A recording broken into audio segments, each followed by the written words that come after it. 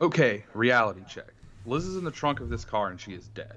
That is a sad, fucked up thing. But you're gonna walk into that school and strut your shit down the hallway like everything is peachy fucking keen. Hmm. It sounds like a high school movie. Um, it's not Mean Girls. People don't die in Mean Girls. It is not Mean Girls. That is Mean Girls Day is tomorrow, thank you. Oh wow. What a Yeah, October quinky dink. 3rd. Yeah. Hmm. Th- Like I'm getting like a Death to Beth Cooper slash that's Heather's I vibe. Says I love you, Beth Cooper. Oh. Think since you this is the one time you actually know what movie I'm picking. Think about what movie I'm picking. Think about who's in it. Because Okay. it is somebody that's in that movie. Is it a Drew Barrymore movie? It is not. Oh. It is late 90s. I don't know the exact year. My guess is like 96, 97, somewhere in there. Let's see. Huh. I might be wrong. Um, it's from 1999 even. Oh. It Hmm. also has, besides the person who, I mean, the person that is in the movie that I'm picking later is Rose Mm-hmm. McGowan, that is in this movie. Okay. That helps any. Unfortunately, that does not help one bit. Um, Hmm. what if I add Rebecca Gayheart? Hmm. Cameo by Marilyn Manson. Really? Yes. Huh. I'm trying to You scan this list of. Oh, I guess Letterbox would probably be more helpful in this. um, let's see. Also notably, Julie Benz. No. From most people know her from probably like Buffy or Boondock Saints 2. Gross. Judy Greer. I was actually Young Judy scanning Greer. through HBO Max the other night, and Boondock Saints was there under comedy. I was like, I this mean, should it not be is here. pretty funny. Yeah. All right. So we're giving up. So this is from 1999, right? Yes. Okay. I'm gonna look at what movies I can see from 1999 and see if I can take one last ditch effort at trying. And it is a teen movie, right? It is a teen movie. You 100% nailed that part down. I mean, walk into school doesn't, I mean, gave it to you. Yep. Yep. I suppose that would do it. Oh come on. Maybe I haven't seen this before. Okay. Of course, I'm listening. I'm looking at a list of Oh, let's 1999 movies that I have let's seen. see if you have seen this movie. Yeah, I guess that would be a pretty big factor. It's probably not Superstar. Inspector Gadget came out that year, unfortunately. No, it is not. Sometimes when I get nervous, I stick my hands in my armpits and sniff them like this. It is not that. It's not Molly Shannon. It's not 10 Things I Hate About You, and I have, I guess, probably no idea what this is. It is not 10 Things I Hate About You, although I hate that, or I mean, I love that movie rather. Our friends at Cinematic Underdogs have seen this movie, Oh, according to the box of letters. No, well, I don't know. Hold on. It, they reviewed it?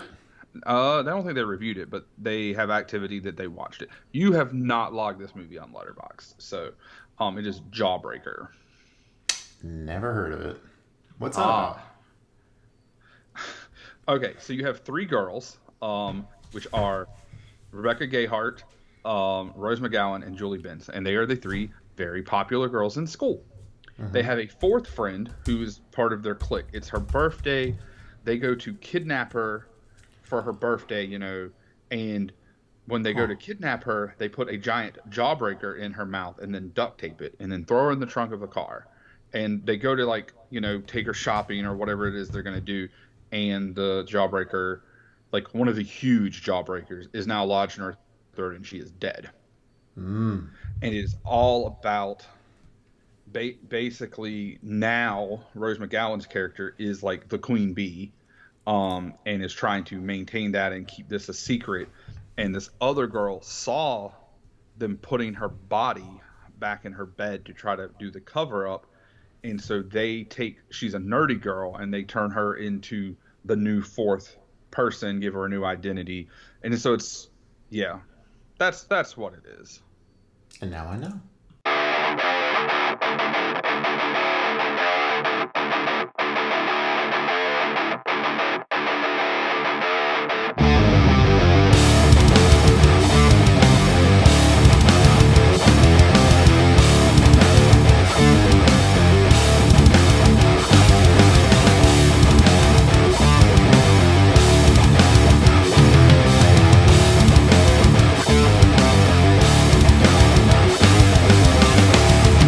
You and I have unfinished business.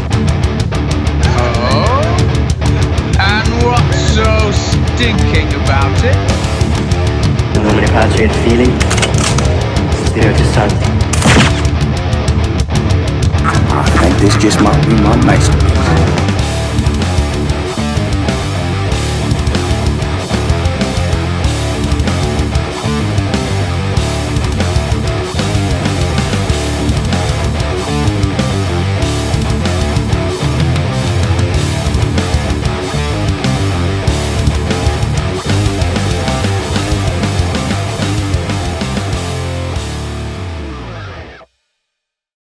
It in many years. I actually wanted to use a different quote to open up, but that quote was like one line. So, all right. Well, welcome to the Average Joe's Movie Clubcast. It's Justin, and I'm Joey. Tonight we're putting away the guns and pulling out plenty of swords as we dive into John Woo's Last Hurrah for Chivalry from 1979. Plus, on our last stop of my favorite movies list that we've been going through with Clockwork Orange and There Will Be Blood, we are going to get to the subtle yet wicked rivalry between Mozart and one of his greatest admirers in the 1985 Best Picture winner Amadeus, directed by Milos Forman.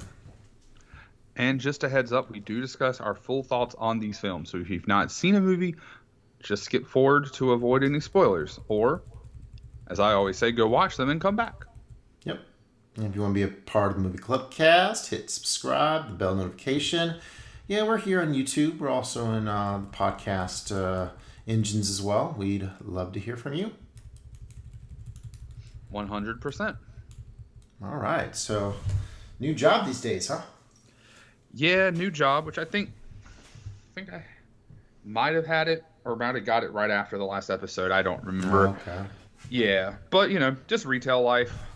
A lot of hours. Not a huge fan of that. Not a huge ton of benefits or anything, unfortunately. But it is what it is. I guess better than no job. So the people are cool. I've got one of the people who works there is also like really into movies and collecting movies and stuff. So I get to talk about movies a little bit as well as the stuff at work, which is work is mostly sports, but that's fine too. But that's really about it. I rearranged my dining room, which isn't really a dining room, it's the nerd room, and I made it where it was easier for us to like play Magic and stuff, which actually ended up giving us more room.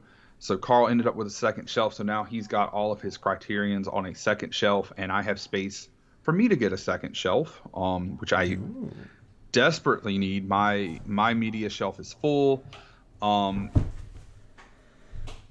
I kind of want a shelf to put all my boutique stuff on, because I have a huge Criterion collection. It's grown, I think, since the last time we did a Criterion collection video. And I've got Arrows, and I've got Eurekas now, and I've got Kino, like Arrow and Criterion are the biggest. I got a couple Studio 88s. I just got a couple from Diabolic, including this movie called Haunted Samurai, which had never been pressed before. And this was a limited press, like a one-time pressing, and had the word samurai in it. So Carl debated me into buying it. And for me to get the discount that Diabolic had, the promotion they were running, I had to buy something else. And so I got this really nice media 4K media book 4K import of Bloodsport as well. So, yeah, it's what I need. I need boutique editions of cheesy 80s action movies, but I'm fucking here for it. I love it. Yeah, things have been pretty busy with me, with the school year launching up. Pretty much busy every night of the week and twice on weekends. So, haven't been watching a lot of movies lately, but try to get a few in here and there. I have tried. I'm not sure how much you've been paying in my letterbox, but I have tried to watch a few more. It's picked up a little bit. I actually have enough movies to do a good and bad, the ugly this time. So there's that. And we're about to pick up into Halloween season. And I think I'm actually going to dust off Schlock Talk. It's been a little over a year, but I think that's coming back this month as well. Definitely got one planned for November as well. So at least 1 to 2 more come in soon, and hopefully that'll kind of pick back up as well. Cool. Well, let's hear what you've been watching with the good, the bad, and the ugly. So I have Yummy. Basically I meant Yummy. Whimsy and Cannibalism. I'm getting too old for this shit, and are we still allowed to laugh at this?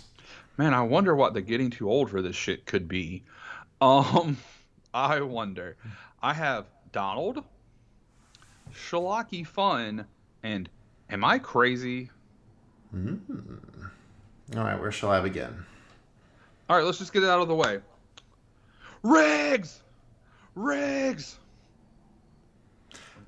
No, I didn't watch a Lethal Weapon movie. Oh, that's not getting too old. This shit is not Detective Murtaugh. Oh No. Shit. Okay, Have you ever seen? Surprise me.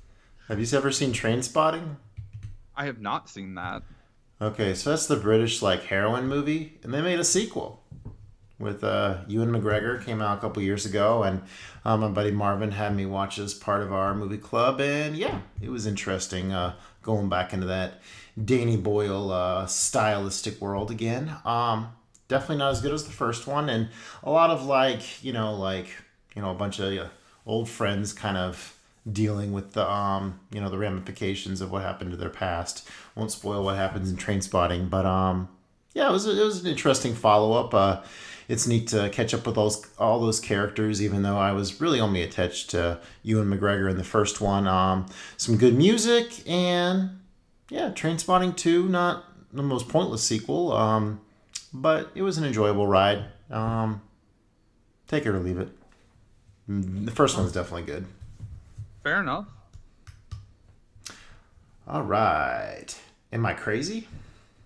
Am I crazy? All right. So this is a movie that I actually saw in Walmart one day and then kind of forgot about, and then saw that it was on this streaming service called Hi-Ya, which is a martial arts streaming service. But I came across it on Peacock and decided to watch it, and it's called Let's try that again. Crazy Samurai 400 versus 1.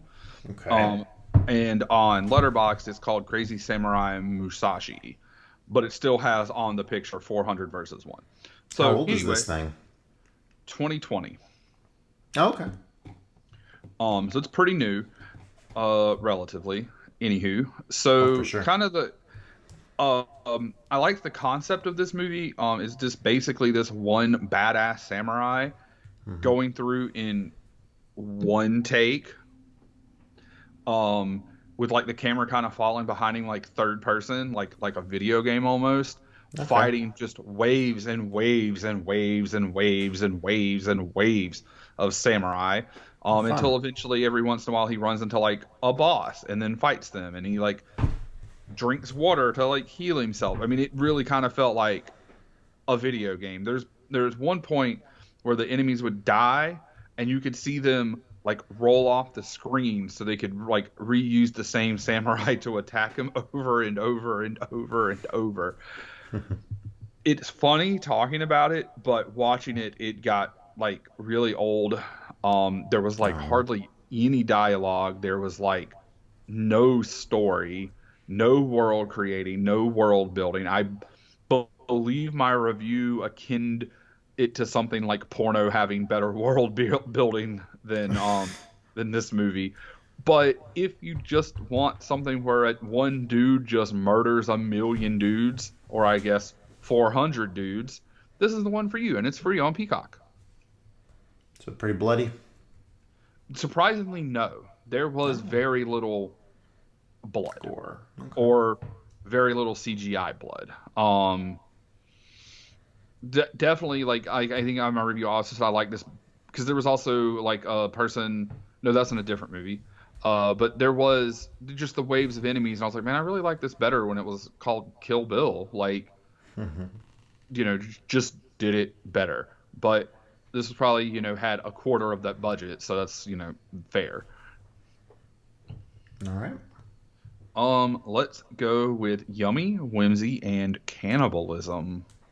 All right. So while you're bringing Shock Talk back, or Schlock Talk, I should say, I did another episode of I've always wanted to watch that, and it's with a guy I met in Scouts who's, happens to also be a crazy big movie fan. So he had seen this Delicatessen movie a long time ago. It's from the same director as Amelie, French. And this was kind of like his like coming out art house kind of movie where he'd seen it over and over again, and he really enjoyed the style of it. So yeah, we gave it a roll. You haven't seen Brazil yet, have you? I have not seen Brazil. It is on the list, but kind of has that Brazil feel. It's this post-apocalyptic movie about basically this butcher guy who attracts in guys to work on this big building, and then eventually whenever they want to get out of there, he chops them up and serves them to all the tenants of the building. Soylent Green?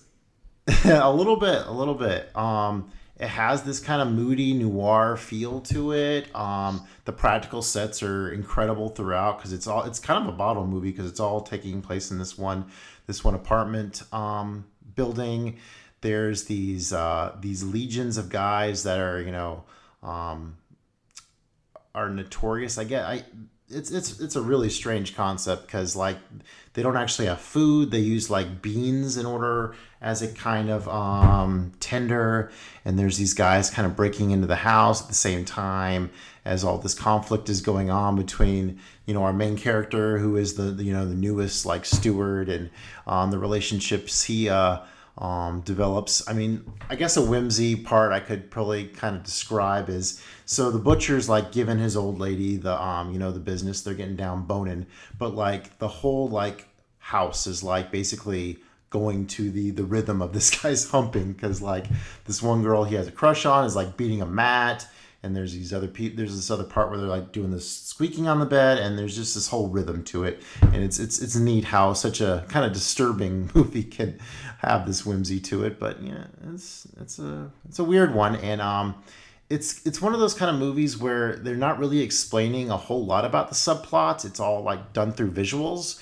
So I was very glad that Chad was there, kind of cluing me into certain aspects, so I could pick it up on that first watch, and we could go ahead and talk about it. But Delicatessen, it's a wild one, but we're checking out. Yeah, and of course, if you're here listening to this, just go over and listen to Justin's podcast on it. It's actually pretty interesting and insightful about this movie that I had never heard of even before. So, all right, schlocky fun. Schlocky fun. You're gonna notice a theme here with the movies that I'm picking for today. This one is Anishabara Bikini Samurai Squad. And if you've heard of Anishabara before, it is also a video game franchise where you play as a bikini-clad samurai and you fight a bunch of zombies. And that's what happens in this movie is they fight a bunch of zombies. So there's the main girl who is in a bikini and a cowboy hat, and then one stocking kind of thing, and then there's the other girl shows up and she knows gun fu, and the CGI is really terrible because they made this on the budget of buying a Little Caesars pizza or something. But there's a lot of blood in this. It's just all bad. But this, like, it knew it was bad. It didn't try to be like endearing or anything. It's How old is this one? like 2008, Oh, okay. I believe. Yes, Modern 2008. schlocky samurai. Yeah, pretty modern. I mean, I guess if 15 years is modern. Also, it's on Tubi, so it was free with ads and dubbed, so it wasn't even in Japanese. And this movie had a zombified Go-Go. That's where I was getting confused. So there is a zombie that has the ball and chain with the blade on it, like Go-Go. Okay. Yeah. So this movie is very bad. I'm not even going to try to act like it's good, but I enjoyed it and had a lot of fun watching it. And if you want, sounds like your kind of party, like I said, it's on Tubi for free. Cool. So I guess, what 80s or 90s comedy did we watch that might be outdated? All right. Actually, this come out I think it came out in 2000. Me, Myself, and Irene. Okay, that's 90s basically. It's Farley Brothers. Okay, so yeah, this movie's absolutely hilarious, but there's a little bit of racial stuff in there that kind of makes me a little uncomfortable while watching it. So, do you remember the premise where, Jim Carrey, goes home with his wife, and then their limo driver is a little black guy, a little person, plus he's black, and he says, do you people like take check or cash or something? And he's like, what do you mean you people? And they get in a fight over it or whatever. And then his new wife ends up running away with this little guy and leaving their 3 boys, mixed race, with Jim to be the laughing stock of the town. So, I mean, while this whole premise is pretty ridiculous and funny, I don't know, just making light of things like that, I don't know, it just doesn't seem as savory these days. Am I crazy? No, you're definitely not savory. That is definitely something that would not fly now. So, but definitely in the year 2000, definitely hit by. Oh yeah. Mm-hmm. So. And then, like a few years later, like a bunch of people got mad at them about the that Green Book book where they put did their own little spin on a race story. So a couple of those things out there. But I mean, seeing the 3 black guys led by the name of the what is his name? He's the guy from Blackish. Anthony Anderson. Yep, Anthony Anderson's in it. Yeah, they're all hilarious, and it's funny to see Jim Carrey play off of them. Some very over-the-top moments. There's a part where they jam a chicken up a guy's ass, and I think that stuff. Jackass. We're watching Jackass. Renee Zellweger kind of plain in this movie, but kind of fits the character with this take. Renee Zellweger is always kind of plain. That's kind of her thing. She's kind of like the plain girl next door. At least to me. I could be wrong. Bridget Jones, I guess that makes sense. I mean, I never thought she was like unattractive, but I never was like, oh my god, Renee Zellweger, even when I was like the thirstiest teenage boy in history. Yeah, good point. I mean, even Roxy in Chicago and that was probably the best, but I mean, she's up against Catherine Zeta. Like, she's paired with Catherine Zeta-Jones, and even like Lucy Liu's in that movie for like 5 minutes. So like, it's But yeah, beyond the poking fun at racial elements, pretty hilarious movie. I love when Jim Carrey cracks into his ultra asshole mode and really goes after all these people that have been treating him like what am I want to say there? I mean, I put cuckold in my review, but simp? That's not how I want it. Yeah, I guess a simp, a pushover, one of those kind of guys. Just doesn't stand up for himself. So that's Me, Myself, and Irene. Pretty funny, but yeah, it's not the easiest to talk about why it's so funny online. And why it doesn't work so much anymore. All right, Donald. This is Donald, as in one Donald Wick or Donald Yin, Donnie Yin. I watched 2 movies with Donnie Yin. One where he is the good guy. One where he is the bad guy. Kind of. Bad guy might be a stretch in John Wick 4. He's definitely Antagonist? Antagonist, but he's not the one like pulling the strings. He's more of the puppet of the bad guy, and more of manipulated to having to fight John Wick. But he's blind in John Wick and is able to dodge bullets while blind, and it basically at one point can see. So I guess he's just Daredevil. I don't really know. He can't see, but it looks like he can see. He has no problem. But at first they do some really cool stuff. Like he's in a scene and he puts these motion censored chimes. So when the enemies walk by them, he knows where they are. And so he can like be ready to attack them and that kind of stuff. But then by the end of the movie, all like 3 hours of this over the top action movie, which should probably only be 2 hours. But that's neither here nor there, I guess. It's all these movies have just gotten bigger and more absurd. Like Keanu Reeves should have died like 50 times in this movie. But it was still a lot of fun. I didn't like it as much as like I've liked each one progressively less, but still a lot of fun. I put in my review that like Donnie Yen and the German Shepherd carried this movie, and that's pretty true. There is a scene where it to me it felt like it's not been in a Quentin movie, but it definitely felt like it would be something that was in a Quentin movie, where you have the old soul DJ like talking over the radio waves, like updating everything. I thought that was really cool. This scene where you see like John Wick going through the house and it's top down, so you see room to room. It felt like Hotline Miami, the video game. That and the shotgun that shot fire, that was pretty wicked. But over the top and absurd. Raging Fire is a Chinese cop drama, in which Donnie Yen is a cop. An ex-cop gets out of jail and kills his partner, and basically it's him, trying to catch him and his gang, and leading to this crazy ass showdown at the end, where the bad guy truly and generally, for any of you wrestling fans, he really looked like a Chinese version of Cleaner Kenny Omega, with the way his hair was curled, the jacket and the huge aviators. This was also on Peacock. Definitely I thought worth the watch. It was really good if you like crazy martial arts movies, which clearly I do not.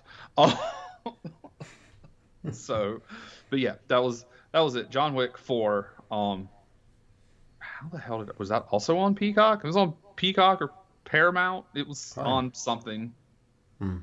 Probably Paramount, I would think. I don't know. It feels like Peacock has everything, because they also had Fast X, which I just recently watched as well. Okay. No, it was on Stars. That was it. So it was on Stars. And then Raging Fire, like I said, was on Peacock. But yeah, and it's also on like Tubi, and so you can watch that one. That one's from 2021. It's also pretty recently. So yeah, no, it was. There was definitely one scene that was definitely an homage to the big scene in Heat, which I thought was pretty cool. Was definitely not expecting that. Okay. So it was. The robbery scene, you mean?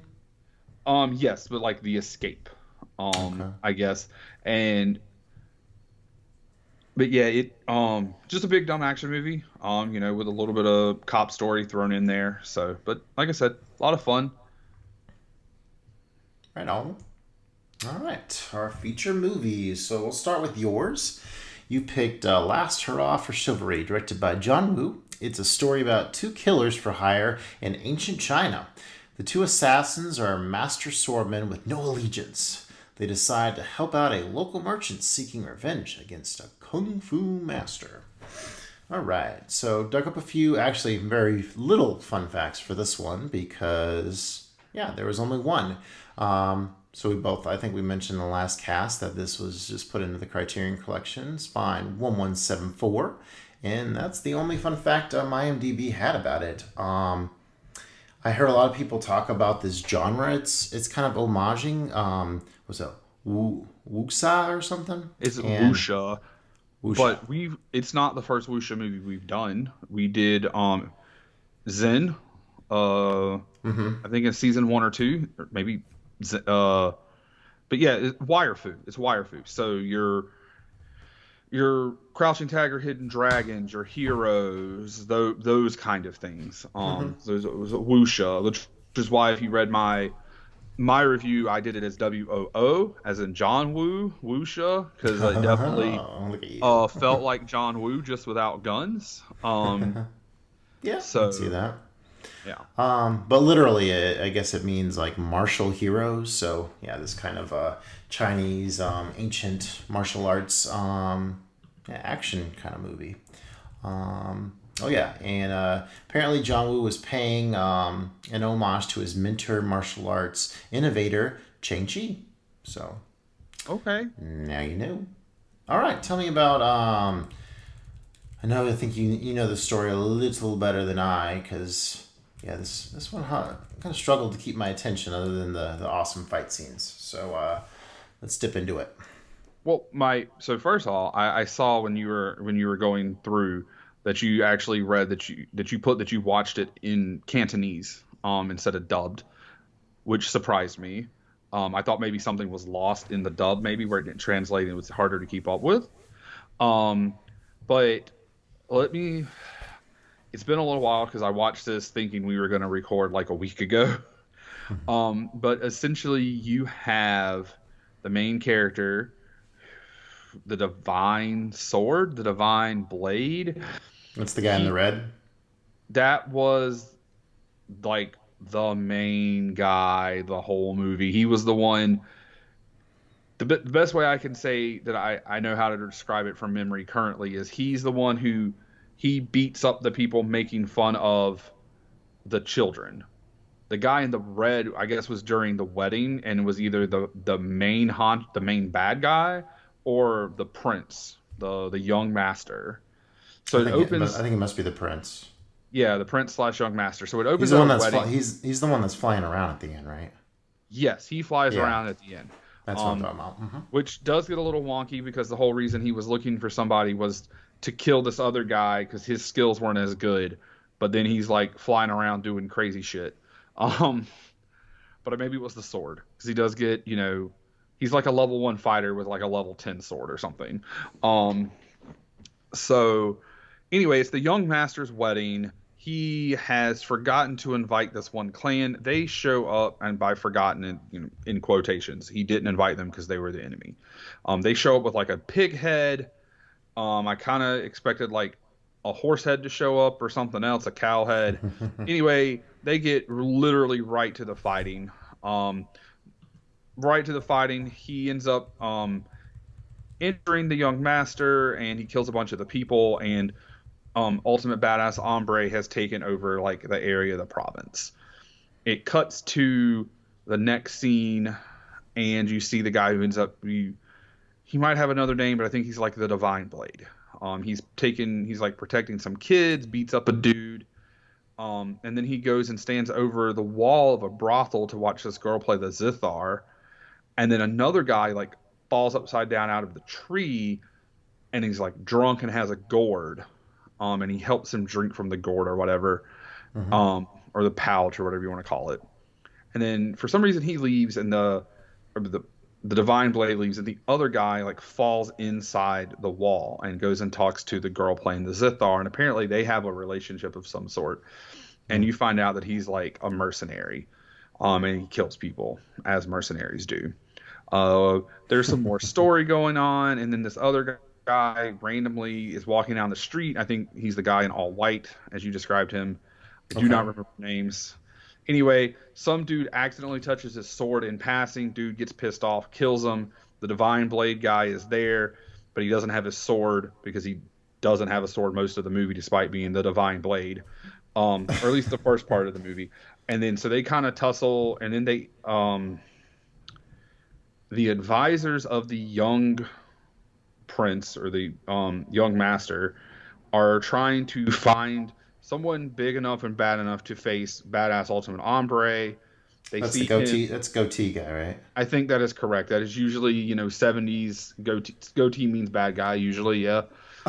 What do you think of the sound effects in this movie? Like they were. I found them extremely cheesy. They were extremely cheesy, but also amazing. But I mean that's where all the stuff, like when you think of where all these things they came from is that. But anyway, to fasten this up, basically that guy attacks the master of the grand master of the young master trying to find his sword. He sends the other two guys to fight him.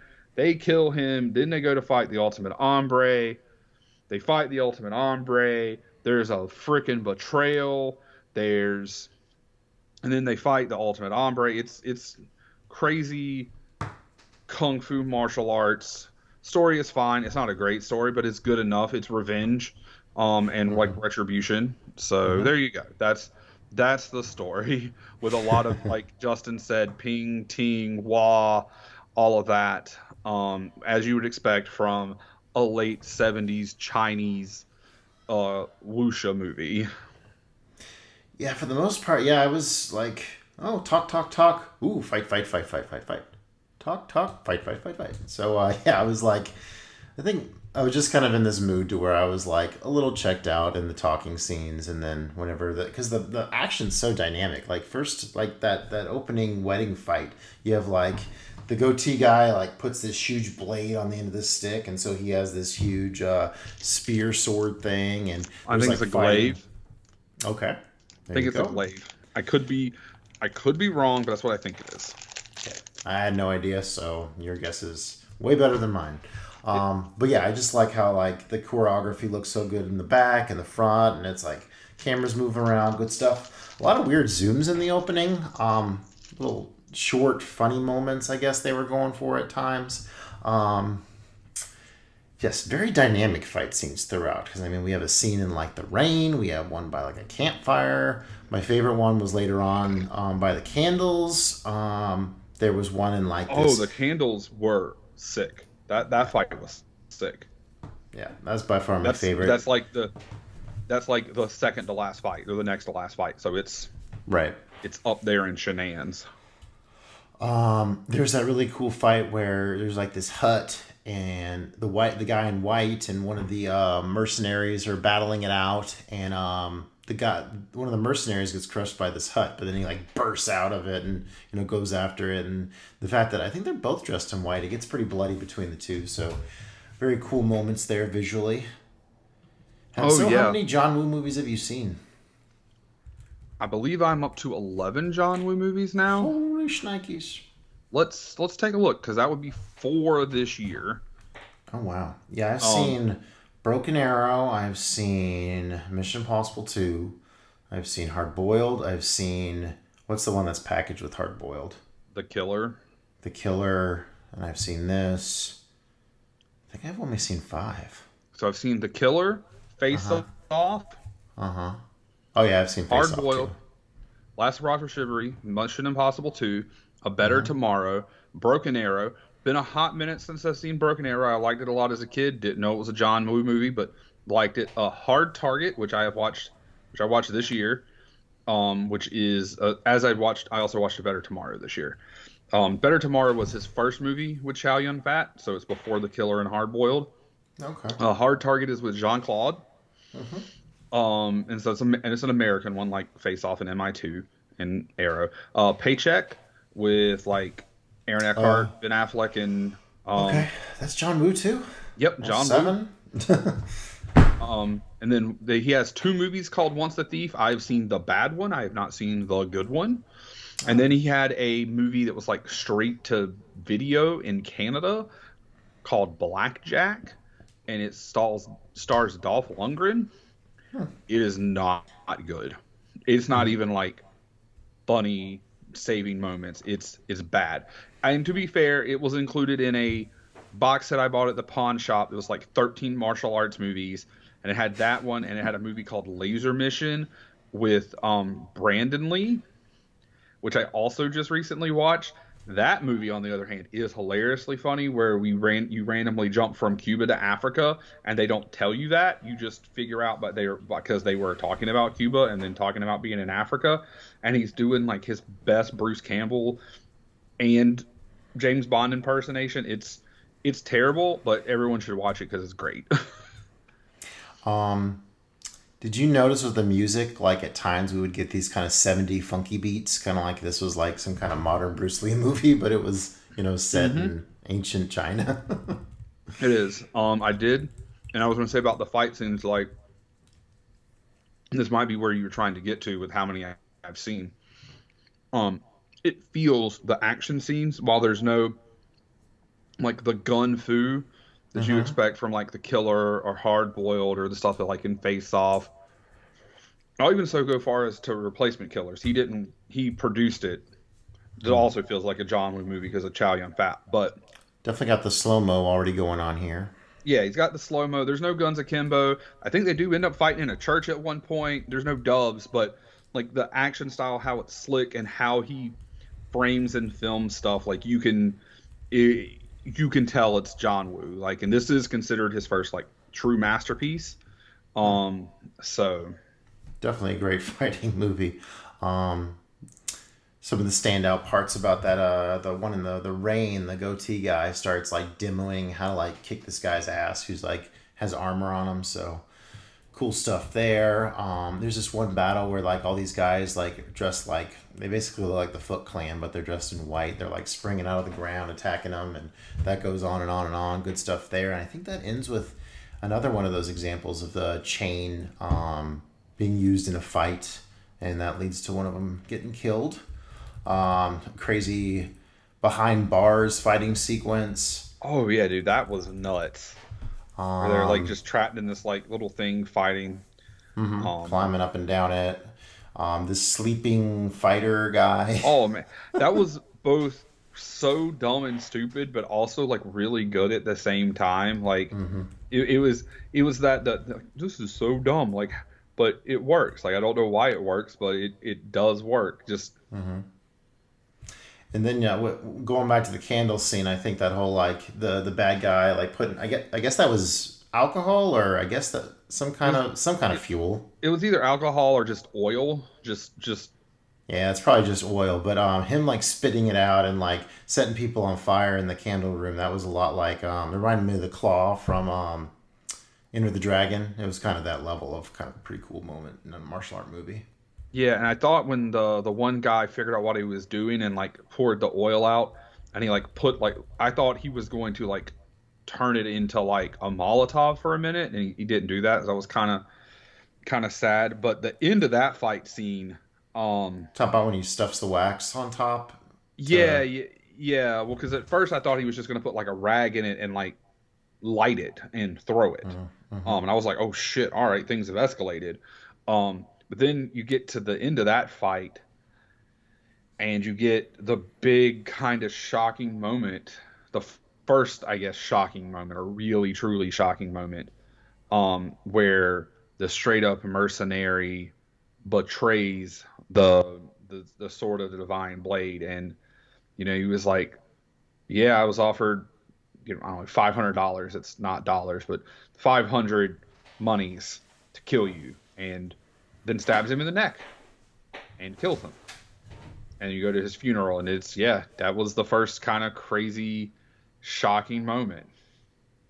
Or like truly shocking, I guess. But yeah. And then they even have like the funeral for him, and then he goes to collect his money from the young master, who's now the head of or trying to be the head still, or like get back to being the master of the area. And he tries to give him snakes as payment instead of money. So he ends up starting to fight all of his ninjas, and they start coming up out of the ground at one point too, in this like zombies, if I'm not mistaken. And then the second big surprise happens where the divine blade comes back, and we get this cool flashback scene where instead of stabbing him in the neck, you see him stab the goatee guy who's been spitting fire in the neck and kills him. So cool blood splatter. Okay. Yeah. Because I remember this guy, because the young prince, he stabs this guy in blue in the back. So I guess that was one of them.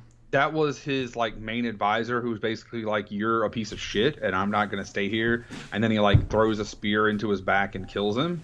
Okay. And then that kicks off the fight with the two mercenaries at the end. Yes. And then that dude, he has the jump on them so many times where he's in the trees in the sky. They've got their backs turned, and he just like clips them, like, hits them in the leg, hits them in the, whatever, and could just kill them. But also these two guys are like the Uno bad guys that he needed to kill the other guy that he couldn't beat. But I guess he's now got the Grandmaster sword, who he killed to find. And so I guess that's where he gets the power from, is from the sword. So kind of like Gandalf, where he's not the best, the highest level himself, but he's got a lot of high level gear. And yeah, the end's pretty awesome. The guy's flying around, and so the one guy pushes him out of the way, and so he comes diving down with a sword, and they stab each other, and then and so the guy in red and the mercenary die, and the other mercenary is all kind of sad, and it ends. Yeah, the actual mercenary saves the divine blade or whatever, and then it ends.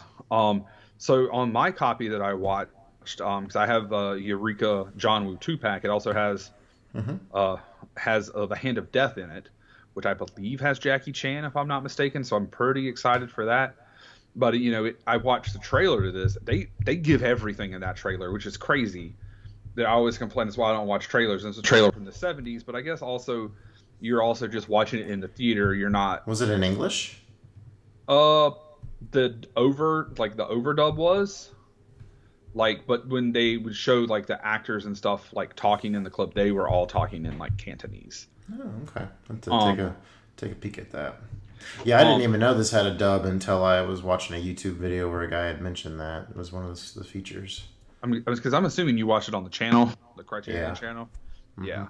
Because I had the options for Cantonese, Mandarin, or English, and I of course took Cantonese, because that's what it was made in. So. Yeah. Oh, is that why the lips looked a little weird at times? Because I guess some people probably spoke Mandarin and some people spoke Cantonese. You think?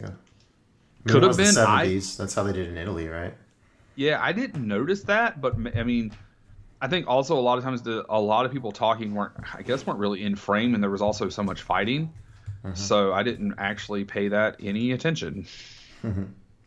Overall, I would give this one a 3.5. Definitely enjoyed the action, but might want to maybe borrow a copy and watch it in English. See if maybe the characters and story maybe grow on me more this time. Keep my attention a little bit more peaked. Did the channel not give you an English option? Not that I saw. I didn't see there was an option to switch from what I looked, but okay. Could be wrong. I gave it 4.5. I thought it was. Wow. It didn't hit me with, oh man, this is a 5-star movie like The Killer. If we're talking about John Woo specifically, but it was very well made. I thought the story was good enough. The fighting, all of that was just so slick and so tight, and it was paced very well, and you didn't be like, oh my god, this is never going to end. It's an hour and 40 minutes, so it's just very well paced. All right, our featured movie number 2 tonight is Amadeus. It's from 1984, an American period musical drama biopic directed by Milos Forman and was adapted by Peter Shaffer's 1979 stage play Amadeus. It's set in Vienna, Austria, and the film is a fictionalized story of Wolfgang Amadeus Mozart from the time he left Salisbury. The film follows a fictional rivalry between Mozart and Italian composer Antonio Salieri at the court of Emperor Joseph II. The film stars F. Murray Abraham as Salieri and Tom Hulce as Mozart. All right, so a lot more fun facts on this one. A lot of people talk about that Amadeus, and I'm one of them. So Abraham and Hulce were both nominated for Best Actor that year, with Abraham taking the top prize. So Salieri. To add on to that note, it was nominated for 11 total Oscars that year and won 8 of them, with one of the 3 losses being to itself for Best Actor, because it won Best Movie, Best Actor, Best Screenplay directed from another medium, Best Costumes, Best Music, Best Editing. It won a bunch of technical stuff for obvious reasons. And then there was one technical one that it was nominated for and it didn't win, but I don't remember. So yeah, just... I thought it was interesting that it was actually made by Orion, so that's a pretty I mean, I don't even think they exist today, but I mean, you think of like Orion from like the Terminator and stuff like that. So, not exactly the production company you would think for putting together a big period piece like this. So when shooting, Salieri is writing down the death march sequence. That's the very end we'll get into. It was neat to read that Holst actually was skipping arounds in the script in order to make Abraham more off what he was doing, and so to I guess make it more believable that he was struggling to keep up with Mozart. So cool tad bit there. The film is ironically helped spark a revival in Salieri's music. There you go. Foreman insisted the lead actors retain their American accents and concentrate more on the character performances. So, did that stand out to you all, being an American, movie set in Italy? Doesn't that bother you at all? You mean Austria? Yeah, Austria. That's the there were a lot of Italian Germany's characters. little But brother. yes, it was set in Vienna. And it's Salzburg. I believe you said Salisbury. But I digress. Yes, that is actually a thing that Carl and I were talking about, how it was very weird that this is a period piece set in Europe and they're all speaking in English. And, at this point in England or in Europe, it's not like now where most everybody can speak English pretty well, probably better than most of us can. But it's also the 80s, and it probably wouldn't have gotten near the recognition if it was in a foreign language. I mean, we just had it Parasite was the first foreign language movie to win like Best Picture, and that was just a couple of years ago. So probably wouldn't have had near the reception that it did. The other thing I wanted to add on to you, we were talking about that ironically helped spark the revival of Salieri's music. Like that seems to be a thing. Just think about if that happened now and it was received very well. Like it would be the top of Spotify and Apple. I mean, think about like what happened to Metallica from Stranger Things, or Running Up the Hill from Stranger Things, all Stranger Things. But music getting, all of a sudden getting a big comeback for someone who might not have known it, and because it's such easy access to just get almost any kind of music from any point in time now. When Taylor Swift starts dating Kelsey and his jersey sells out the wazoo. So yeah. I mean, he was already association. He was already pretty well known. He already had commercials with Patrick Mahomes, Mahomes and Auto, and he had this podcast with his brother, and but now he's dating the most popular, like the biggest star in the world. So, and people are like, I don't understand why they're reporting on it. And it's like, this is the equivalent of like Michael Jackson or Madonna from the 80s going to football games, or like Britney Spears, instead of dating Justin Timberlake, had dated, I don't know, Troy Aikman or something, or something of that nature. Like it's that big a deal. It's pretty crazy. Some more fun facts here. Tom actually learned to play the piano for real for the role, and saw Abraham how to read music and conduct. And then thought it was interesting that the quote about too many notes is actually apparently real. So, long history with this movie. Go ahead. I was going to say the other thing is you talked about how it was a fictionalized dramatization or whatever. Okay. So, I'm sure you know this. So this is all based off of a rumor that Salieri killed Mozart. No one knows how he died. It's all in question.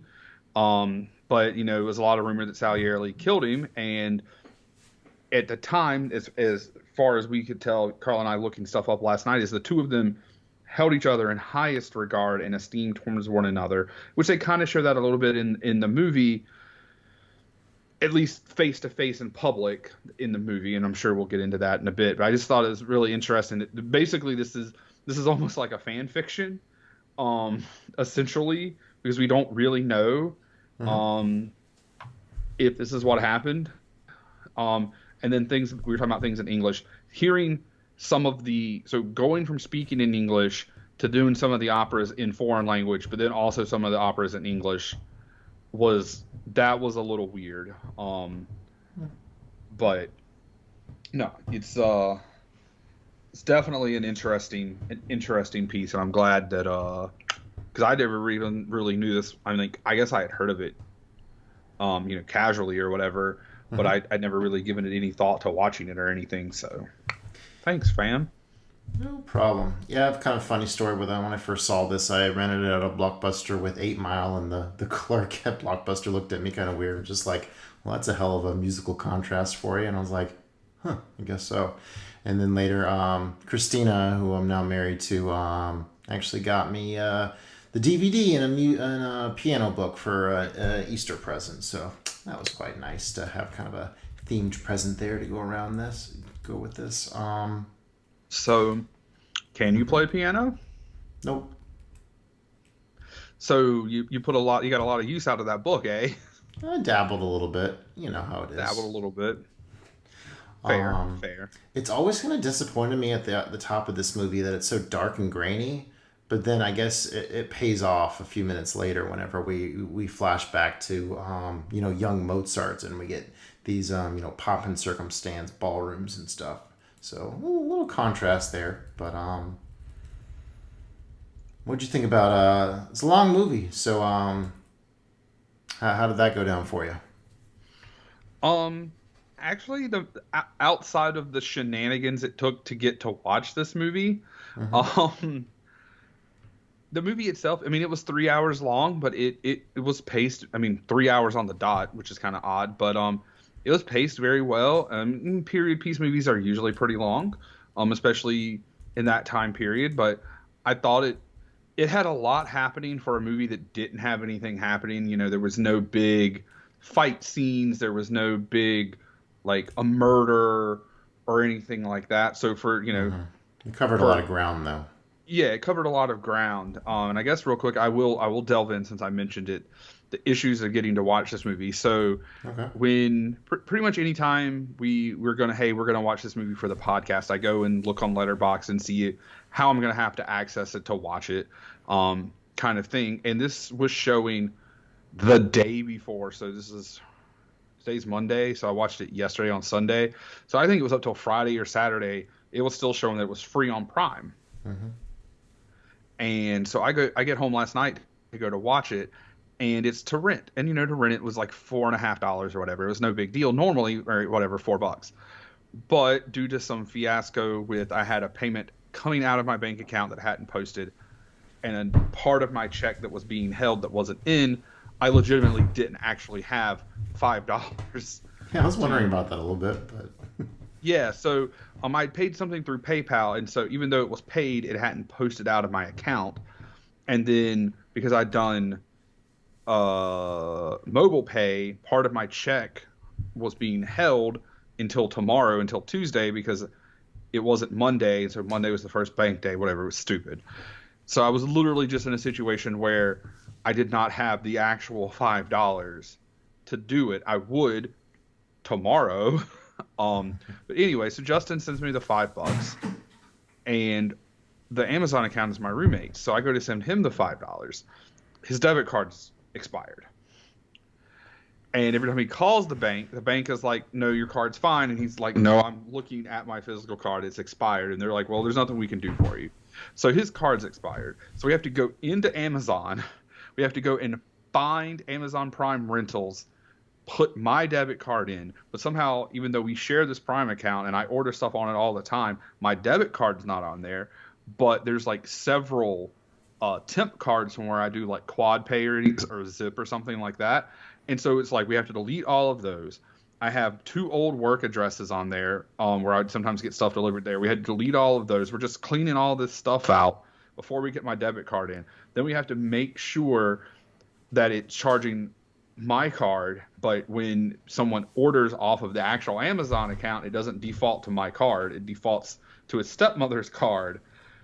So this movie that I was trying to start watching at like 7:05 because it's 3 hours, and I had to work like 11 hours today.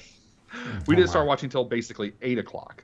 Yeah, it was a fiasco, but it's it's just one of those things. It's funny. It was just whatever. It's fine. Whatever could go wrong would go wrong. Short of when we went to hit it and it actually went through. Thankfully. Cool.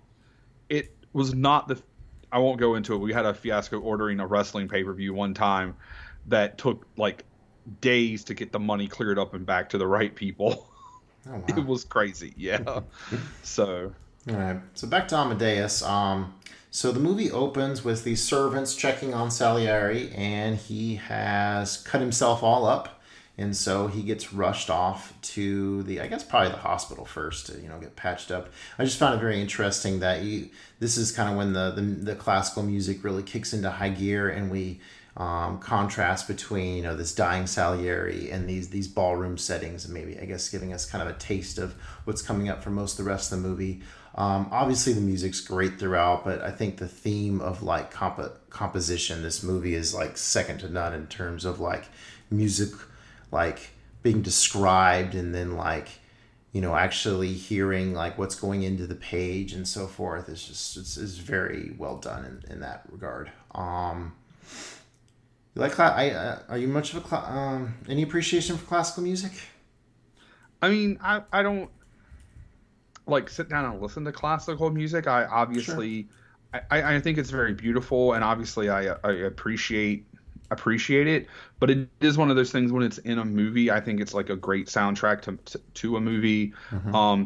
And like we were talking, this is I think outside of Phantom of the Opera, I think this is really like the first opera movie I've watched. But I've watched some definitely like movies that had like ballerinas and stuff in it, like the Red Shoes and different stuff that would have a kind of music that is similar to this. And I think it's stage it's plays. very and I watched like Hamilton, and I guess it's not necessarily classic, but close enough. Yeah, I think that it is a good, when it's used right in movies, it's fantastic, and it was 100% used fantastically in this movie. This is just chef's kiss.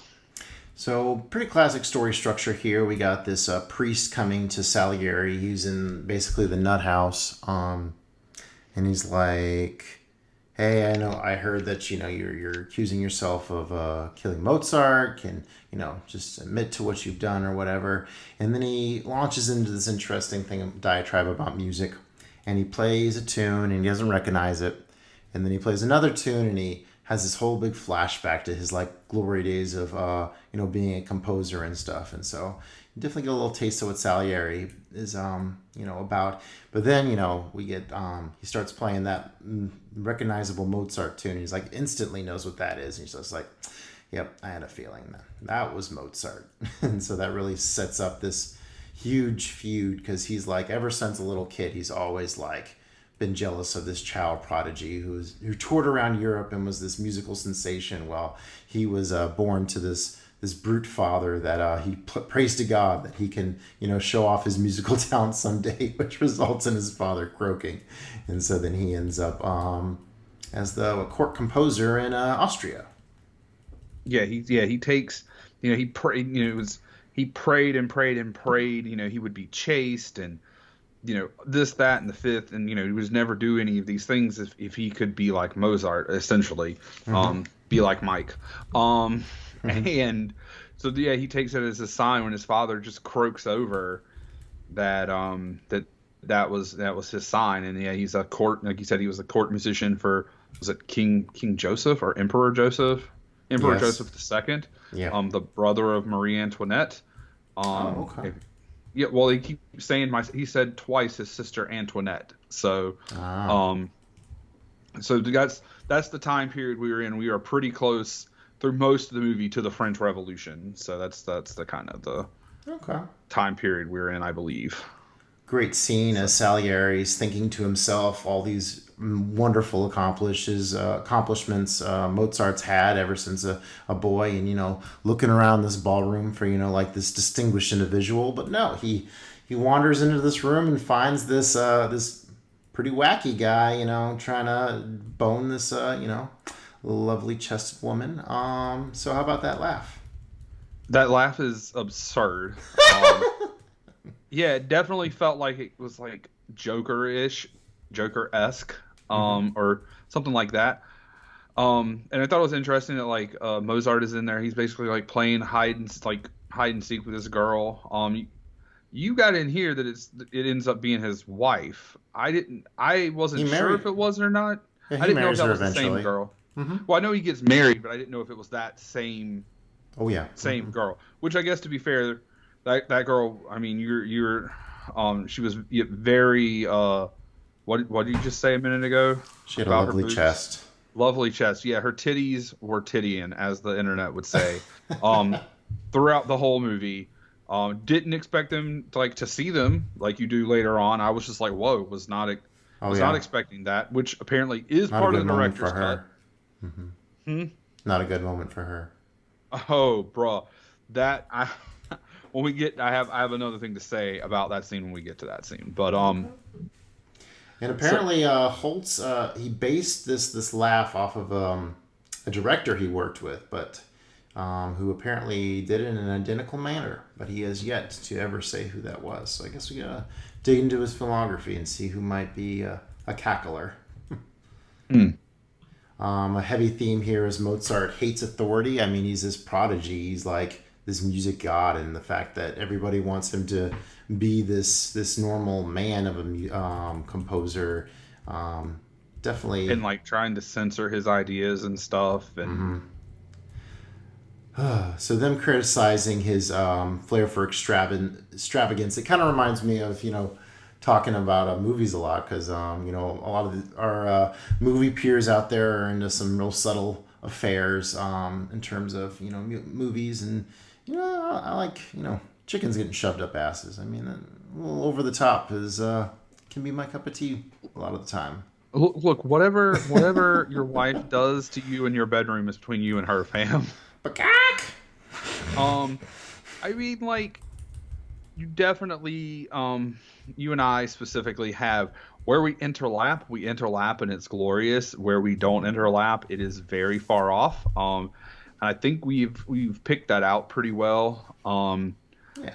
And I definitely think both of us have broadened each other's horizons, between you and Carl, the amount of movies that I never would have watched or even imagined hearing of over the last, let's see, I've been living with Carl for 6 years, and we've been doing this podcast for 4 now. Nice. 4 season. Yeah, 4-ish. Some amount of time. But I also feel like, some of the things I talk about and some of the movies that, I've brought to the podcast, either you hadn't seen them since you were a kid and maybe would not have rewatched them, or just haven't seen them at all. So I think it goes both ways. I don't think your taste is very subtle. I think your taste is very you. Well, I guess what I was getting at is so Mozart's in these extravagant 4-hour operas and with lots and lots of notes and blah, blah, blah. What I was getting at was just the fact that I really like extravagance as well. Yeah, you're more like that. I got you. Yeah. Mm-hmm. So, well, I mean, for someone who, it kind of makes sense. I mean, you have 9,500 followers or something on Letterboxd. So I guess that is a little... compared to mine, not even 500. Here's your sign. Well, I mean, you definitely, when it comes to talking about movies, you definitely understand how to talk about them. I feel like I understand, we can take the same movie, more or less. Yeah. Well, you know more of the vernacular, and you know how to maybe read subtlety or read context a little bit better than I do in some of the artsy movies, I guess. Sure. And that's something that you like, that you get enjoyment out of, and I do sometimes as well, but typically I want something a little bit more straightforward. Not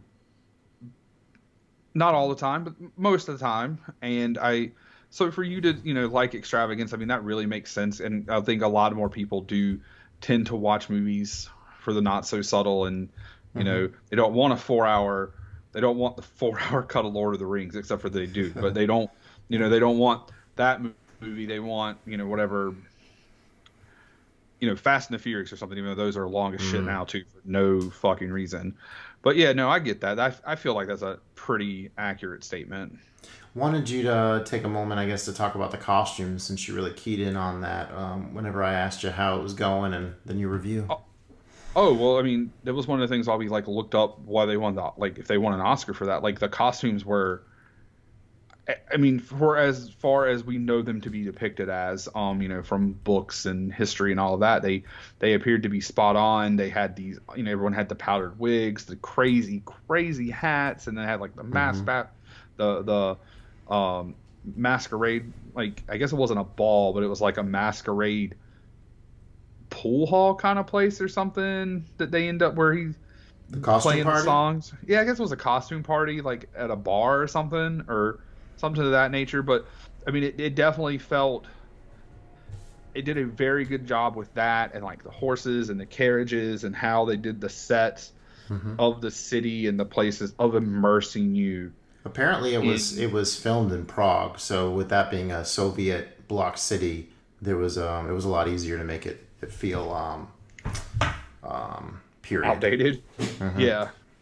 Oh, that's also it was in Prague like in the late 80s, and it was still under like USSR.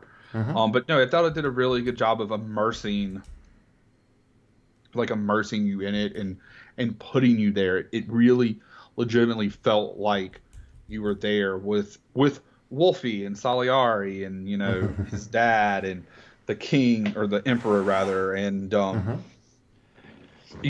then you'd go and watch these, they would show you the clips of the operas, and outside of the one that they did in English, they're actually singing them in like Italian or whatever. It really felt like you were there. So I just thought that was super cool, and I love when I do watch period pieces when they put that effort into like immersing you through costumes and scenery and that kind of stuff.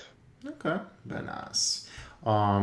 It really was touching to hear that Ree watched the scene where Salieri is getting the emperor or whatever he's serving to play this tune or whatever that Salieri has written, I think, in Mozart's honor, and you can kind of see him struggling on his face. It's a little kind of awkward, and then Mozart goes the wrong guy or whatever, but this all kind of comes together with when Mozart's like, oh, I know that tune already. And he's like, what? And then he makes it even better and totally like makes Salieri feel like a total dipshit since he took his work and made it even better, feeling very jaded, or I suppose. I mean, yeah, and this shunned. I don't know. Like it inferior. So yeah, I mean, obviously you have Mozart. He's a prodigy. So like this is. He comes off charming, but like all these like snooty Italians and the German royals are, just not down with his more relaxed way of going about things. And he's a horn dog. So like Salieri, I guess he's good. Like he's very good. Like he is definitely more tactful than Mozart. Yeah, he is like.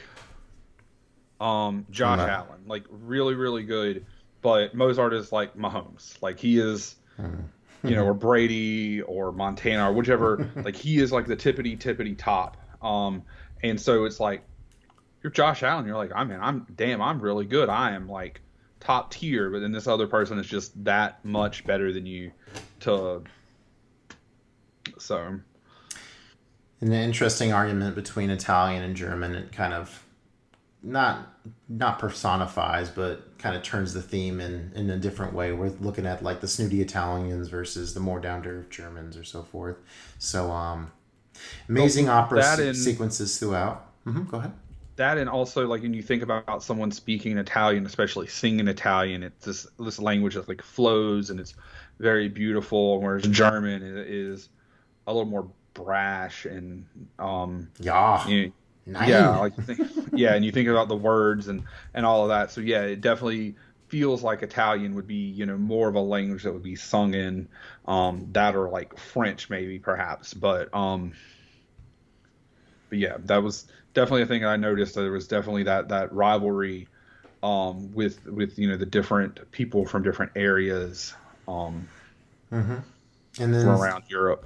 Next, Salieri gets really pissed because his star pupil, which is the singing sensation, and Salieri's declared himself as celibate. So he wouldn't dare mess with her, but that's his star gal there. But He's not sure how it happened, but Mozart. He is positive, yeah, that they have done it, and he is, again, because he declared he would be celibate. He has feelings for her, or is at least attracted to her, as he said, and this pisses him off to no end. Mm-hmm. And on the same end, we're on the opposite end. Mozart's dad is quite irritated by this whole rushed marriage, because I guess they kind of trap him in a way, because he's getting congratulated by the Duke or whatever, and then like his wife or his fiance and her mother show up all of a sudden and kind of crash the party. So yeah, that whole scene was kind of weird. He's like, "This is my fiance," and it's like, and you can see the look on, and that's why the girl is so upset. And it's when he figures out, Salieri figures out that they've done it, because she's so pissed about him having a fiance, and then his soon-to-be mother-in-law passes out, and then he has to try to save her, and then he tries to go in the back to talk to her, and it's a whole thing. Mm-hmm. And so this results in Salieri making sure Mozart stays poor by basically ruining his reputation all around town. I mean, he tells all the landlords, hey, don't hire Mozart, he's just gonna, sleep with your daughter or so forth. And so you get that super awkward scene where he does actually have a piano lesson, but you got the dogs constantly barking and stuff, and they don't even really see. All they really want to do is hear Mozart play anyways, and so he don't want no part of that. And so screw his students. He's just going to work on composing. But Salieri screws him over there too, because despite how wonderful his operas are, he ensures that they're not popular and they don't last. So meanwhile Mozart's striving to have the most popular operas in Europe, and it's just not going his way, and that's killing him inside.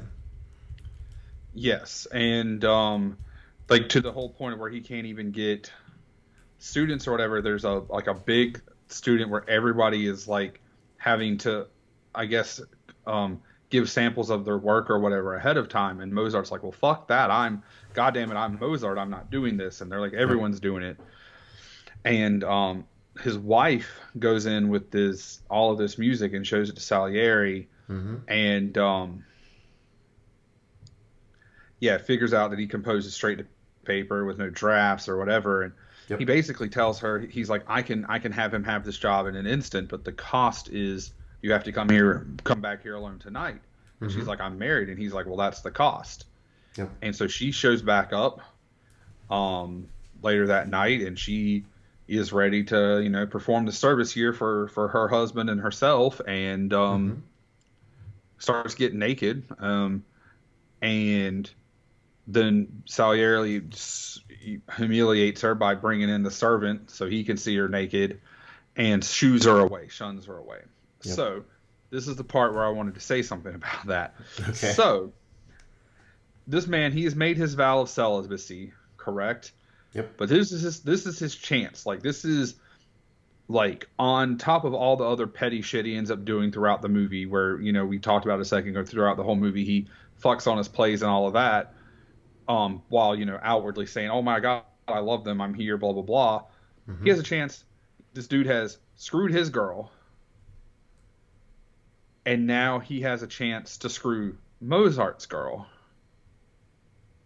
Mozart's girl would never be able to say anything. He could outwardly claim that he is celibate, blah blah blah blah blah, and he doesn't take it.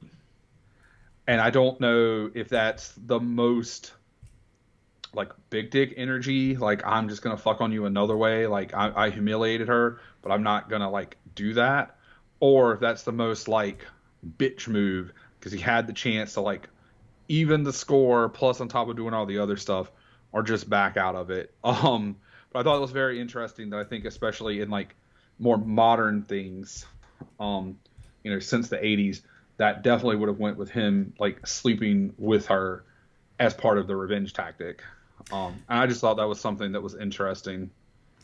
And I think especially since also a lot of that was cut out. Part of that was cut out for at least her being naked, because this was PG in the theater. Oh. So okay. I guess what I wanted to say about that is, Salieri definitely feels like he feels more sophisticated, more high class than she is. He kind of treats her like almost like German or Austrian street trash. Is kind of how he goes about it. So yeah, it's him putting on his whole hoity-toity Italian thing again, and yeah, dismisses her, humiliates her, and so that comes to bite them in the end. We already talked about the costume party.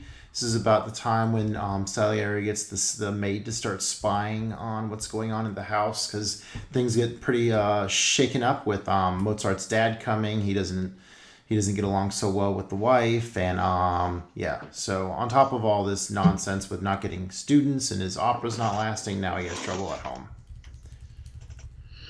Yes. And then his dad eventually is like, fuck it, I'm leaving, which the maid coming had part of that to do with it, because it was like, oh, well, now you're saying that my wife can't keep house and blah, blah, blah, blah, blah. So his dad's like, fuck it, I'm going back to Salzburg. And like, pieces out. In that whole episode, that's right, the maid gives Salieri access to the apartment, and so he finds the whole Marriage of Figaro. So then he tries to take a dig at Mozart by exposing that he's trying to make the Marriage of Figaro into this opera, but he eloquently defends it. You get the hoity Italians, picking out all these apparently opera rules where you're not supposed to have ballet, and this pisses off Mozart to no end. So instead that was the emperor decreed that there would be no ballet in opera. Right. That was his rule. It wasn't the Italians. Well, no, they were just they were like dusting off the rule book or whatever. Oh well, yes, they did everything they could to like fuck on this play, because I mean. The emperor had outlawed it because of like it had some. It's about like a whorehouse or something. It was about a whore. Well, that was the one from Turkey. The Marriage of Figaro was about class inequality or something, because he talked about how it always stirs up issues between the classes, and it was doing all sorts of stuff in France, and that his sister Antoinette was writing about how she wouldn't feel safe amongst her own people anymore. So, okay, cool. Yep. Cool. Your history brain going to work. Sometimes. But yeah, they and so we got a funny scene where the Duke or whatever comes to visit the opera, and it's just like, what's going on here? There's no music, and there's kind of weird dancing going on. It's like, well, there's not supposed to be any ballet in your operas. He's like, this is ridiculous. Put it back in. So Mozart gets his way. Long and complicated for the average audience, and Mozart's too stubborn to conform or in any way. He's stubborn brilliance, I guess, because Salieri relishes in the fact that after 4 hours, the Duke or whatever got a little sleepy. One yawn was the death nail, he says. Yeah, one yawn was like, he ended up with 9 showings, I think, and then like 2, he might have gotten another 2 or 3, and if he had yawned 3 times, that like he might not even got to finish. But yeah, at 4 hours. They basically made it sound like the emperor had like ADHD. Like he can't pay attention for more than an hour. So, yeah, he's clearly like ahead of his time. Just all they even said that he didn't give these big pompous finishes that tell the audience to cheer and all of that. So, but yeah, basically. Because of his musical genius, the music he was making was too smart for like the common person who didn't know music like the Italians and Salieri, to basically know what was going on. And so next he pours his work into, I guess his father kind of dies around this time, and so he does what this Giovanni opera, which is kind of pouring all his feelings about the death of his father. You got this towering like soldier of death and demons and stuff. It's pretty cool to watch on stage. Oh yeah, that was really cool. Kind of Faustian. Yeah, it was really interesting to see later on that there was like a vaudeville in. Oh, the one with the parrot guy. Yeah, where they did Magic a Flute. Giovanni as well or whatever. But it was much more comedic. It was interesting to see that contrast between the two. Okay, so then this is the part where Salieri kind of inhabits this costume that his father wore to the costume party. It's this dark, ominous mask that you see on the cover of the poster. Good stuff. And so every time It's double faced. It has a face on the front and the back. Yep. And so this is like the embodiment of his father coming back to haunt him. But it's in Salieri's doing this, and he's paying him all this money to compose this death march. And Mozart's only kind of relief is the fact that he meets his friend that's in more of like a Nickelodeon style theater, more like artsy and more festive kind of thing instead of the hoity-toity opera. And so Mozart really enjoys working with him, and they put this magic flute opera together. Mozart's wife putting down his ambitions to work. Oh, that's right. That's whenever they're having the conversation in the box where like, hey, we can have this great, this work together. But, like she's like seeing all this money come in from the Death March, and she didn't even know what all that's about. But kind of typical wife kind of stirring the pot on someone's ambitions. Well, I think also she was wanting to make sure that like he wasn't getting taken advantage of by this person who was not near his level of musician. Mm-hmm. Hey, we're gonna get half the gate, and okay, well, now people getting half the gate for something is pretty common, or so much in royalties on the back end or whatever. But half the gate, oh well, you'll probably never see any of it. Also it didn't help that both of them spent money like on all of these lavish clothes and parties and the house, and like sure. They could have had so much more money if they weren't just pissing blowing away. through it. Yeah. We see Mozart struggles with madness and alcoholism as he's kind of tortured by this death march he really doesn't want to write. That really like fucking ominous photo of his dad, or painting, I guess, not a photograph, but a painting like over his work area. And I was like, bro, I would have to get rid of that. That is maybe not throw it away, but like just that is too much. Love that scene where he's dancing around being a big clown in front of it, and then all of a sudden Salieri's at the door to set him back into place. Oh, awesome transition between his mother-in-law griping at him about what the current state of the house, and then flashing to the music flute opera, that part, which is captured pretty cool in the Bergman version of Magic Flute. So yeah, you kind of get the whole gist of what that story is about. There's a lot to it, but yeah, I would definitely recommend watching some version of the Magic Flute just to kind of see what the pieces here are about with this, the bells and so forth. Okay, so this is the thrilling climax for me, one of my favorite scenes where, so a very sickly Mozart goes back to his place. His wife has left him, and Salieri is with him, and they decide they're gonna compose the Death March together, and it's a riveting. Well, this is after Salieri saves him, like he passes out during the performance with the flute guy, like he's on the piano and passes out, and exhaustion Salieri, or something. Yeah.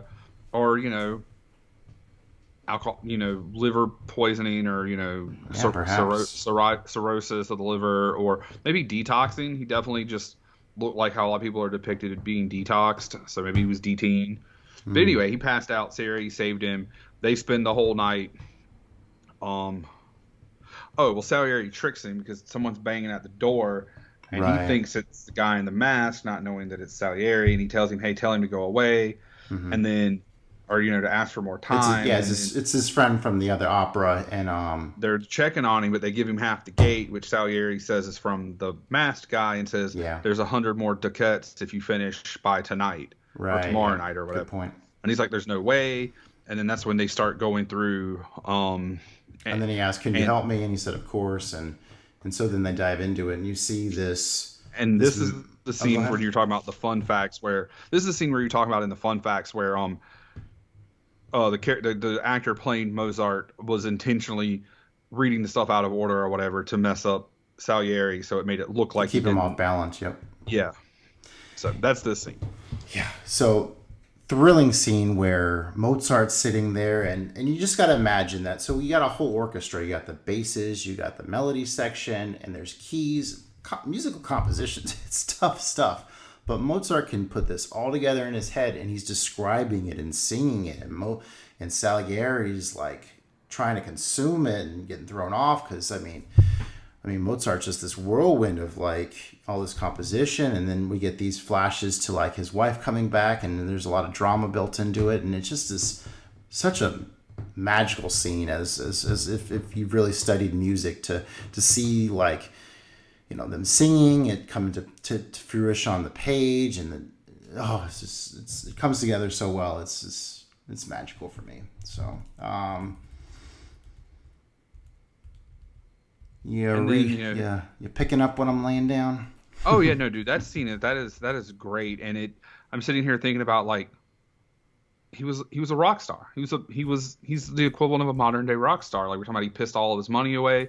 He's this musical genius. He's got this money. He's pissing it away. He's drinking, doing drugs, like whoring around. He was a rock star. Yeah.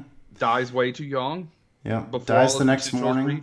And his wife finds that Salieri's, there and, sleeping on the bed, and kicks him out. And then, Mozart dies not too long later and is unceremoniously just dumped. One of the great artists of history in this unmarked grave. Throw a little lime on there.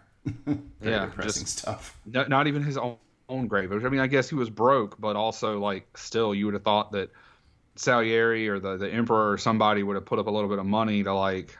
Yeah. Yeah, because Salieri he was having Mozart write his own death march because he was going to kill him, and then say he had wrote this death march instead of Mozart. But the wife like locked it away. So yep.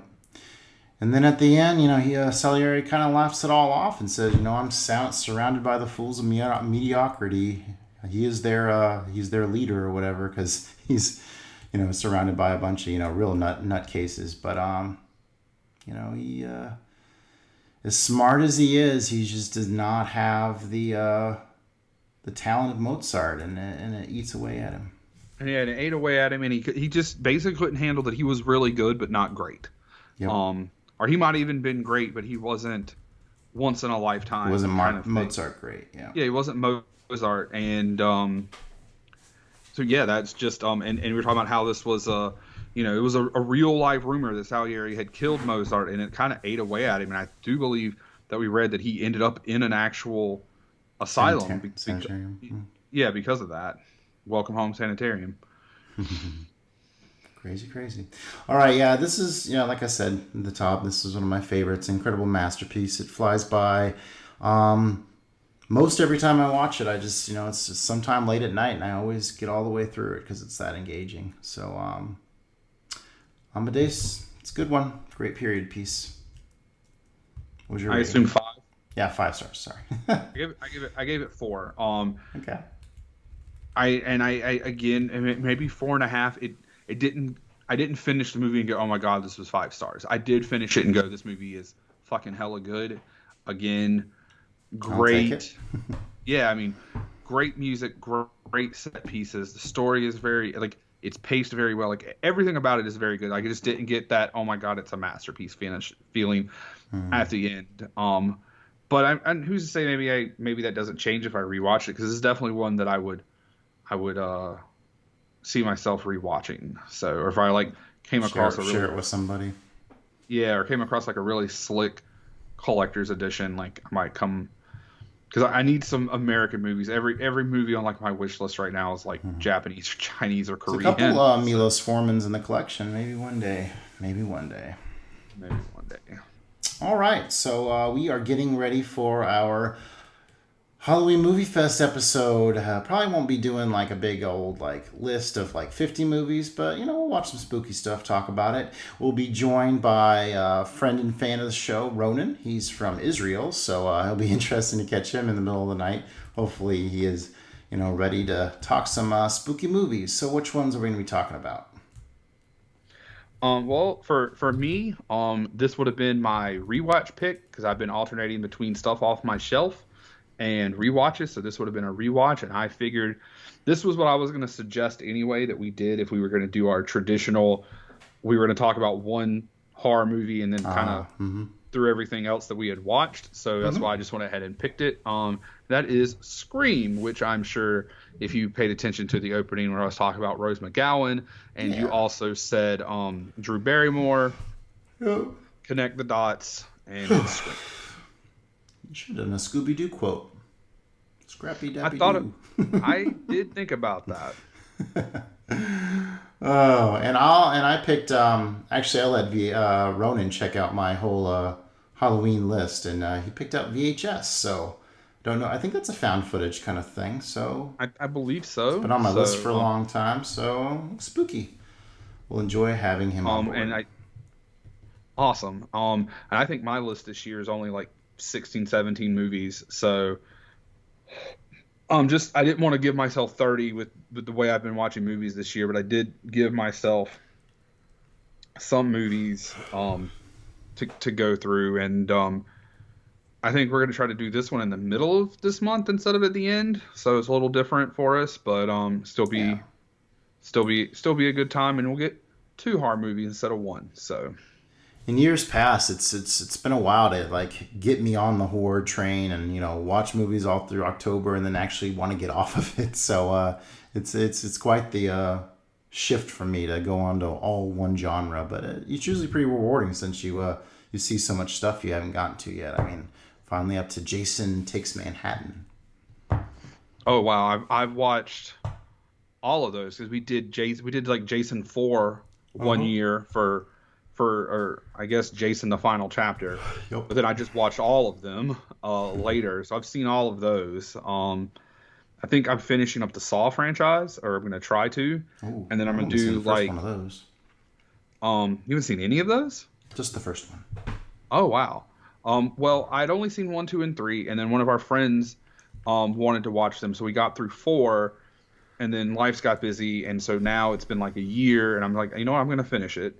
And then my plan is to do like the Ju-on the Curse, Ju-on the Grudge, and then English Grudge, and then Ringu, and then Ring as well. And then there's some other random stuff that I wanted to see. Studio 666, which is the Foo Fighters movie, and then like Hard Candy, which has Corey Taylor from Slipknot and Stone Sour in it. So just some random stuff that I wanted to try to get in, but tomorrow, or probably when this is airing, because I'm sure that it'll be put out tomorrow or whatever. Tomorrow is October 3rd, so instead of coming home and watching a horror movie, I'm going to come home and watch Mean Girls, and then horror will start after that. I'm thinking about watching Indiana Jones 5 tonight, but that is different kind of... Oh, Indiana Jones 5, the new one. Yeah. That's not a horror movie, though, but I guess... Because if you said 4, I was like, that is horrific. That is a horrific movie. No, 5. No, it's just still need to watch it. So is it getting on late? Is it on like Peacock or something? I think it's gonna be on Disney Plus, but I don't think it's there yet. I think I'm going to rent it. Oh, I guess that makes sense. Well, I don't have Disney Plus. Call Johnny. So it's fine. Whatever. So, all right. Well, if you'd like us to ever answer any of your movie-related questions, we're here at the Average Joe's Movie Clubcast at gmail.com.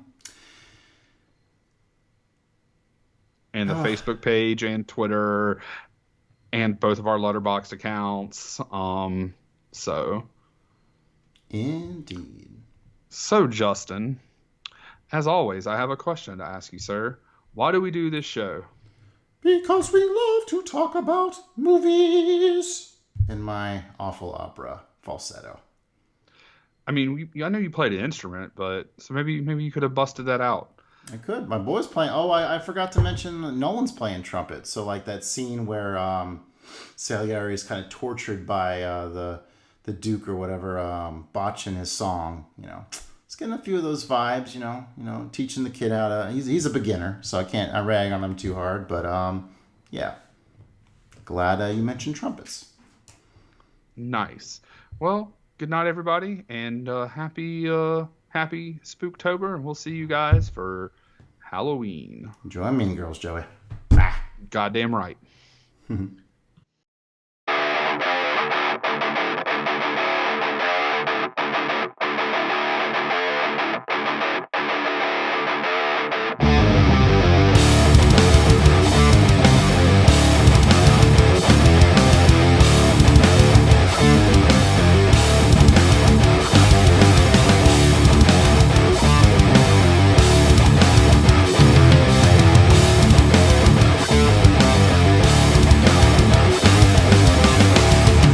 You and I have unfinished business. Oh? And what's so stinking about it?